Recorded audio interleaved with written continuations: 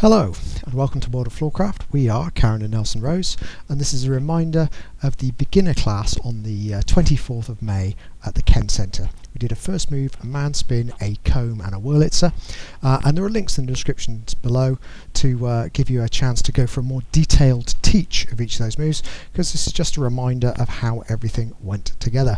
So we started off man's left, lady's right, and we went like this, went 7 and 8. First move back, in, twist, twist, turn, face, return. Then the man spin, we went through, caught right to do the return for the comb, 2 hands for the Wurlitzer, flat, prepare, spin and catch.